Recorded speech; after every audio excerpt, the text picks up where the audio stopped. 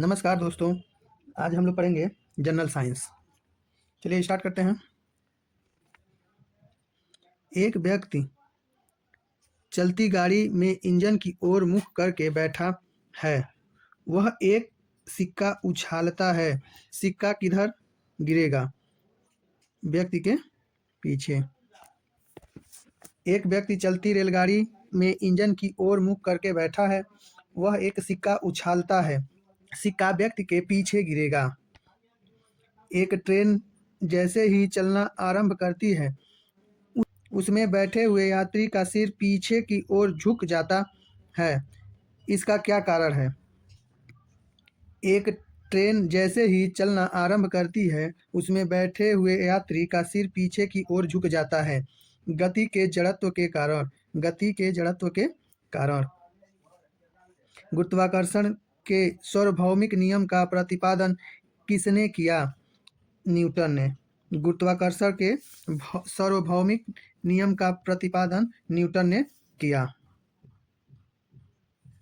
वस्तु के संवेग में परिवर्तन की दर उस पर आरोपित बल के अनुक्रमानुपाती होती है तथा संवेग परिवर्तन आरोपित बल की दिशा में होती है। यह गति के द्वितीय नियम का व्याख्या करती है। गति के द्वितीय नियम से क्या प्राप्त होता है? गति के द्वितीय नियम से F = m में प्राप्त होता है। बल का व्यंजक F = ma। न्यूटन के गति विषयक द्वितीय नियम के दैनिक जीवन में कुछ प्रमुख उदाहरण। समान वेग से आती हुई क्रिकेट गेंद या टेनिस गेंद में से टेनिस गेंद को कैच करना आसान होता है, हल्की होने के कारण। क्रिकेट खिलाड़ी तेजी से आती हुई गेंद को कैच करते समय अपने हाथों को गेंद के वेग की ओर गतिमान कर लेता है ताकि चोट कम लगे। गाड़ियों में स्प्रिंग और शॉक एब्जॉर्बर लगाए जाते हैं ताकि झटका कम लगे। कराटे खिलाड़ी द्वारा हाथ के प्रहार से ईंटों की पट्टी तोड़ना। ऊंची कूद या लंबी कूद के लिए मैदान की मिट्टी खोदकर हल्की कर दी जाती है ताकि कूदने पर खिलाड़ी को चोट न लगे। अधिक गहराई तक कील को गाड़ने के लिए भारी हथौड़े का उपयोग किया जाता है। गति का द्वितीय नियम किससे संबंधित है? तो गति का द्वितीय नियम संवेग से संबंधित है। गति का द्वितीय नियम किसे समझाने में सहायक है? गति का द्वितीय नियम बल के प्रभावों को समझाने में सहायक है। न्यूटन के गति विषयक किस नियम को क्रिया प्रतिक्रिया का नियम भी कहते हैं? न्यूटन के गति विषयक तृतीय नियम को क्रिया प्रतिक्रिया नियम भी कहते हैं। गति का तृतीय नियम किनके बीच संबंध दर्शाता है? गति का तृतीय नियम स्थिति और वेग के बीच का संबंध दर्शाता है। प्रत्येक क्रिया की उसके समतुल्य और एक विपरीत प्रतिक्रिया होती है। तृतीय नियम के अनुसार। तृतीय नियम क्रिया प्रतिक्रिया को दर्शाता है। प्रत्येक क्रिया की उसके समतुल्य और एक विपरीत प्रक्रिया होती है, तृतीय नियम के अनुसार। दीवार पर फेंकी हुई गेंद किस गति विषयक नियम के कारण टकरा कर वापस लौटती है? गति विषयक तृतीय नियम के कारण। यदि कोई हम गेंद दीवार पे फेंकते हैं तो दीवार पे टकरा के और फिर उसी दिशा में वापस आ जाता है। ये क्रिया प्रतिक्रिया के नियम के कारण होता है, जिसे हम तृतीय नियम भी कहते हैं। न्यूटन के गति विषयक तृतीय नियम के संबंध में सही कथन है। बल अलग अलग निकाय पर विपरीत दिशा में लागू होता है। बल अलग अलग निकाय पर विपरीत दिशा में लागू होता है। न्यूटन के गति विषयक तृतीय नियम से संबंधित है। तेज गति से आने वाली क्रिकेट गेंद को पकड़ते समय क्षेत्ररक्षक अपनी बाहों को पीछे की ओर क्यों खींचता है? क्योंकि वह लंबे समय तक कम बल का अनुभव करता है। तेज गति से आने वाली क्रिकेट गेंद को पकड़ते समय क्षेत्ररक्षक अपनी बाहों को पीछे की ओर खींचता है, क्योंकि वह लंबे समय तक कम बल का अनुभव करता है। गति विषयक तृतीय नियम के दैनिक जीवन में कुछ अनुप्रयोग। बंदूक से गोली छोड़ते समय पीछे की ओर झटका लगता है। नाव के किनारे पर से जमीन पर कूदने पर नाव का पीछे हटना। नाव खेने के लिए बांस से जमीन को दबाना। कुआं से पानी खींचते समय रस्सी टूट जाने पर व्यक्ति का पीछे गिर जाना। ऊंचाई से कूदने पर चोट लगना। रॉकेट का आगे बढ़ना। ये सब गति के तृतीय नियम हैं। रैखिक संवेग। बल और समयांतराल के गुणनफल को क्या कहते हैं? आवेग। बल और समयांतराल के गुणनफल को आवेग कहते हैं। आवेग बराबर बल गुणे समयांतराल। I = F/T। किसी गतिमान वस्तु के द्रव्यमान तथा वेग के गुणनफल को क्या कहते हैं? संवेग। किसी गतिमान वस्तु के द्रव्यमान तथा वेग के गुणनफल को संवेग कहते हैं। संवेग बराबर द्रव्यमान गुणे वेग। P = m/v। आवेग संवेग में परिवर्तन के तुल्य होता है। किसी सिस्टम में जब दो अप्रत्यास्थ पिंडों के बीच टक्कर होती है तो क्या घटित होता है? गतिज ऊर्जा परिवर्तित हो जाती है, परंतु संवेग संरक्षित रहता है। यदि वेग को 2 गुना कर दिया जाए तो संवेग और गतिज ऊर्जा में क्या मान होगा? यदि वेग को 2 गुना कर दिया जाए तो संवेग और गतिज ऊर्जा का मान संवेग 2 गुना तथा गतिज ऊर्जा 4 गुना बढ़ जाती है।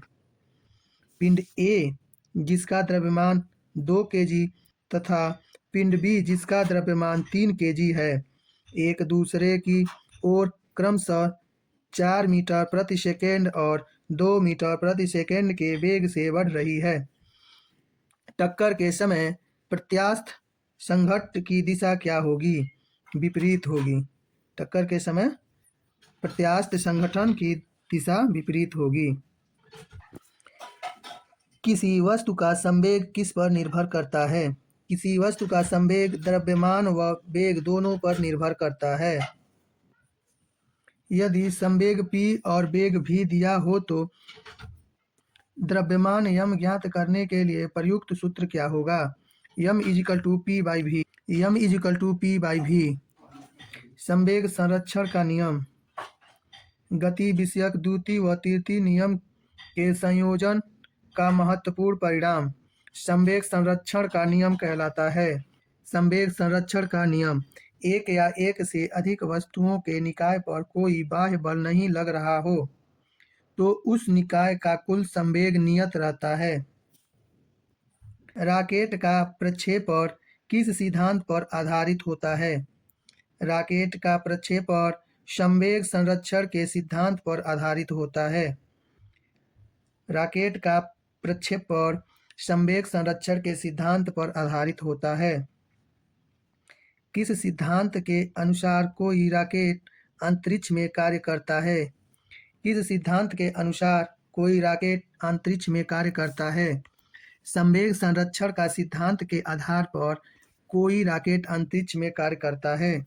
संवेग संरक्षण के सिद्धांत के आधार पर कोई रॉकेट अंतरिक्ष में कार्य करता है। एक सेल के विस्फोट के बाद उसके कई टुकड़े अलग अलग दिशाओं में उड़ जाते हैं। इस स्थिति में संवेग संरक्षित रहता है। यदि 2 समान गोलियां भारी व हल्की बंदूकों से अलग अलग दागी जाएं तो किस बंदूक से चोट लगने की संभावना अधिक होगी? हल्की वाली बंदूक से। यदि 2 समान गोलियां भारी व हल्की बंदूकों से अलग अलग दागी जाएं तो हल्की वाली बंदूक से चोट लगने की संभावना अधिक होगी। प्रक्षेप्य गति। प्रक्षेप्य गति से क्या तात्पर्य है? जब कोई वस्तु क्षैतिज से कोई कण बनाते हुए ऊर्ध्वाधर तल में प्रक्षेपित की जाए तथा उसका पक्ष परवलयाकार हो, प्रक्षेप्य गति कहलाती है। यदि कोई वस्तु ऊपर की ओर फेंकी जाए तो अधिकतम ऊंचाई पर उसका वेग 0 मीटर प्रति सेकंड होगा। यदि कोई वस्तु ऊपर की ओर फेंकी जाए तो अधिकतम ऊंचाई पर उसका वेग 0 मीटर प्रति सेकंड होगा। पृथ्वी की सतह से फायर किए गए प्रक्षेप गति के दौरान उसके वेग का क्षैतिज घटक स्थिर रहता है।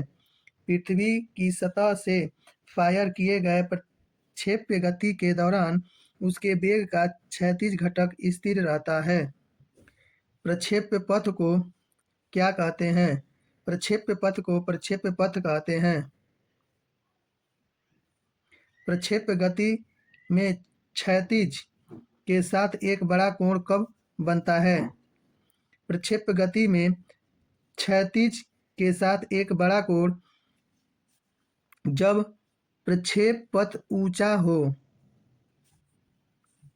प्रक्षेप्य गति में कुल उड़ान का समय कितना होता है? प्रक्षेप्य गति में कुल उड़ान का समय अधिकतम ऊंचाई तक पहुंचने में लगने वाले समय से 2 गुना अर्थात उड्डयन काल के बराबर। उड्डयन काल किसे कहते हैं? पिंड को फेंकने तथा वापस पृथ्वी पर गिरने के बीच के समय को उड्डयन काल कहते हैं। परास क्या होता है? उड्डयन काल में पिंड द्वारा मापी गई क्षैतिज दूरी को परास कहते हैं। किस प्रक्षेप कोण पर क्षैतिज परास अधिकतम होता है? 45 अंश पर।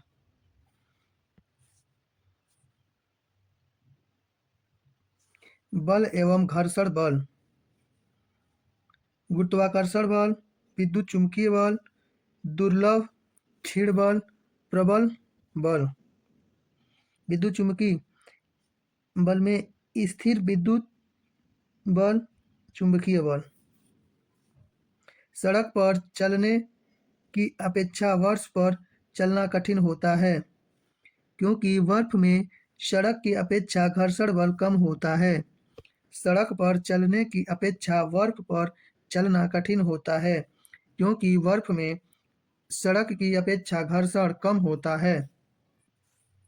हम बिना फिसले पृथ्वी पर चलने में सफल रहते हैं क्योंकि घर्षण बल के कारण। हम बिना फिसले पृथ्वी पर चलने में सफल रहते हैं घर्षण बल के कारण। यदि कोई वस्तु किसी सतह पर फिसलती है तो उनके बीच गति का प्रतिरोध करने वाला घर्षण बल होता है। यदि कोई वस्तु किसी सतह पर फिसलती है तो उनके बीच गति का प्रतिरोध करने वाला बल घर्षण बल होता है। साइकिल एवं कारों में बॉल बेयरिंग का प्रयोग होता है क्योंकि पहिया एवं धुरी के मध्य संस्पर्श का प्रभावी क्षेत्र घट जाता है। घर्षण बल किस दिशा में कार्य करता है? बल की दिशा के विपरीत घर्षण बल कार्य करता है। एक साइकिल स्थिर त्वरण से गतिमान है। पीछे के पहिए पर घर्षण बल पश्चिम दिशा में होता है। घर्षण बल द्वारा किया गया कार्य हमेशा ऋणात्मक होता है। घर्षण बल द्वारा किया गया कार्य हमेशा ऋणात्मक होता है। घर्षण द्वारा किए गए कार्य का क्षय नहीं होता बल्कि वह किस ऊर्जा में परिवर्तित हो जाता है? तापीय ऊर्जा में।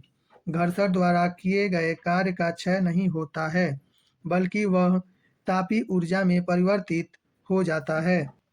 कारों में ब्रेकिंग पैड में घर्षण के सकारात्मक प्रभाव के गुणों का उपयोग किया जाता है।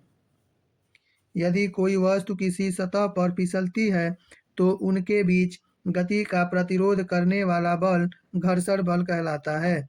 यदि कोई वस्तु किसी सतह पर फिसलती है तो उनके बीच गति का प्रतिरोध करने वाला बल घर्षण बल कहलाता है। घर्षण बल की क्या विशेषता होती है?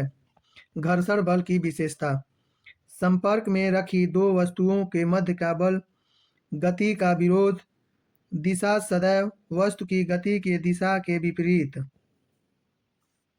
कुछ अन्य बल: सर्पी घर्षण बल, सतह पर सरकना।